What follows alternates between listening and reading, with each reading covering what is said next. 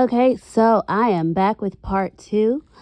And where I left off was that, I fell on that broken arm trying to chase that resident so that he wouldn't get out. So, in the midst of doing that, I ended up having to report it to the nurse because the longer I worked after I fell on that arm, the more it began to hurt. So I had to leave work, go to the hospital, get checked out, because now it's a workers' comp claim. And if you've ever done a workers' comp claim, then you have to get assessed immediately after and you have to take a drug screen. So I go to the hospital, I take the drug screen, and I remember thinking, oh, everything's great. And just to be completely honest, hot with you guys, hot means honest, open, transparent, humble, honest, open, transparent, whatever. Shout out to Pastor Michael Todd. That's where I got that acronym from. But I used to smoke weed, and I'm going to be very honest. I was the type I had to wake up, smoke, eat, smoke, take a nap, smoke. If I blinked, child, I had to smoke. Okay. So I hadn't smoked though since my birthday. So I'm thinking there's no way that this is still in my system, right? And I remember taking the drug screen and the guy at the hospital, checking off all the boxes that I passed it.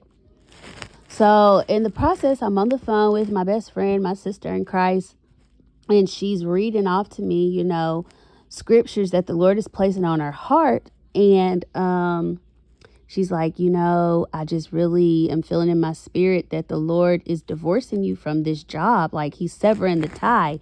And I remember thinking, oh, Lord, as long as I don't get fired, I'm cool. And I told her that. She was like, no, I don't think you're going to get fired. I think you just have to sever the tie with this job. Now look at it, you're not getting the hours and now you're hurt.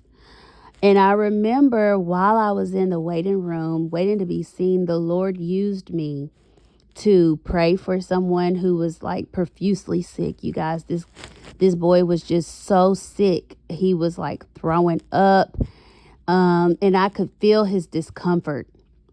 So I remember going over to his mom, asking his mom if I could pray for her son. And she said, yes, please. And I laid my hands on him after I anointed them and prayed. Privately, I prayed over him. And, the Lord had me place my hands on the back of his neck. And I remember after I did that, the mom, she was just so thankful. And I felt really great to do that. A few minutes later, a lady and I think her son came in to see someone who had been in a car wreck. And the lady she was kind of frantic. She was on the phone speaking to someone. And I heard the Lord tell me to tell her he's going to be okay. And I remember thinking, Lord, like I was already uncomfortable asking the lady to pray for her son. You want me to do this too? I don't know these people. And I felt a pressing on my spirit to do it. So I took a piece of paper from the sign-in desk and I wrote on it, God said he's going to be all right. And I folded it up and I gave it to her. And she was like, what's this, honey? And I remember telling her to read it. And she read it. And you guys, she started crying. And she was blowing me kisses, telling me thank you. And I heard her tell the person on the phone, this girl just gave me a paper that said he's going to be all right. And then after that, she said, I know he's going to be all right. I know the God I serve. And I just remember thinking, wow, God, like, because when God tells you to do things like that, you don't know if the person is a believer or not. So it takes a lot of courage just to speak up to a stranger, So, okay, fast forward. I get released, I go back to work, and a few days later, I get a call from the people who did my drug screen, and they said that I failed the drug test, you guys. It was positive for marijuana, and I'm thinking, no way. How is this possible? And I remember praying and asking God, Lord, if you please don't let me get fired. I hear you. I get what you're trying to tell me. I'll quit. I'll leave this place. So I talked to the HR lady and I was very transparent with her. And I told her, hey, listen, I don't know how, but I failed the drug screen. I don't smoke. I haven't smoked in a long time, so I don't understand. And I just remember being frantic about it. And I'm thinking, maybe it's my medication because I Googled it. The medication that I take every day can make you pop positive for marijuana. And I sent her all that. And she, just kept reassuring me everything would be great. Everything would be fine. I wouldn't get fired. And then she told me, well, you're going to have to talk to the administrator, but everything's fine. I remember going into work the next day, talking to him and him asking me, and I was like, no, I don't smoke. Like, I haven't smoked in a long time. And he said, I don't, I believe you. You're always a great employee. Anytime I see you, you're doing your job. You're always in great spirits. So, and we have your medication on file. So unless it comes back from corporate, you're fine. And I remember giving God praise right then. But I also knew I still had to leave, God made it very clear that I was supposed to leave. So I stayed there. I stayed there because this was my plan.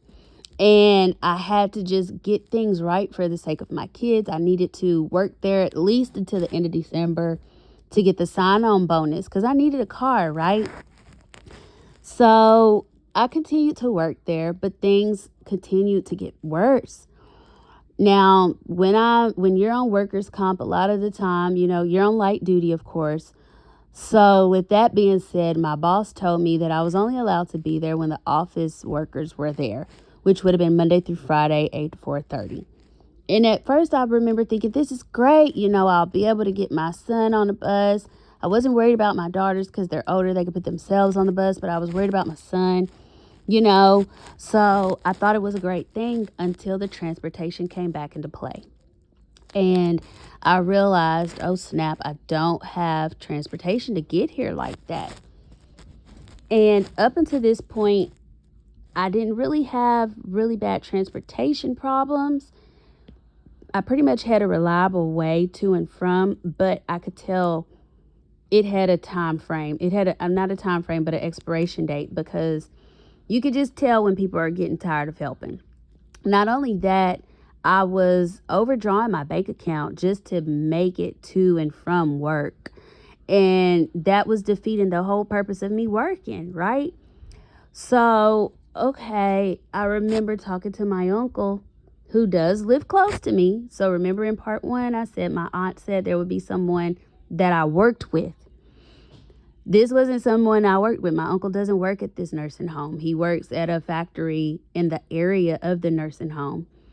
And, this is why, I said in the first part, it's important that we test the spirit behind any prophetic word or anyone who gives us a word, just to make sure this is from God. And, my uncle does, like I said, he lives close to me, and he also worked close to the nursing home. But he had to be there, within that 12-hour shift frame, like 6 to 6. And I remember going to the boss, and I remember telling him, hey, I'm going to have to quit. This just isn't working out for me. I don't have reliable transportation to get here.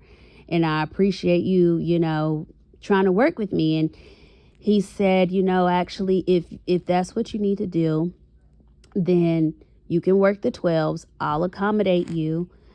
Just so you could get your hours and remain employed here. We don't want to lose you. You're a great employee. And I remember thinking, this is great.